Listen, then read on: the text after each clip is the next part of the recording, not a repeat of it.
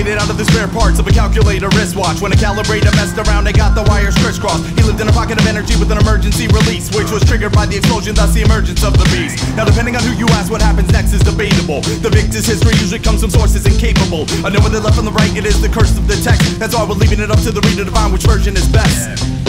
The beast, the beast, the beast, the beast, the beast, the beast. One school of thought has the creature painted as a sadist, who always seemed to thrive and only arrive wherever the pain is. He was evil incarnate with the heart of a vacuous void, who targeted innocence with malevolence and he had to destroy. But the other side of the coin said he's been wrongly accused, and those who portray him as a monster are just strongly confused. But no matter which side of the argument, they all can at least agree that nobody's ever experienced anything quite like the beast. He stood about 10 feet tall, but when he hunched, he was just half that. The expression on his face was to be feared and to be laughed at. You didn't have to stare to notice the oddity on his left pack. While other people had a heart, the beast had a cassette deck with a tape that played a heartbeat that was kind and gentle. But when he got mad, it would get stacked, he had to wind it up with a pencil.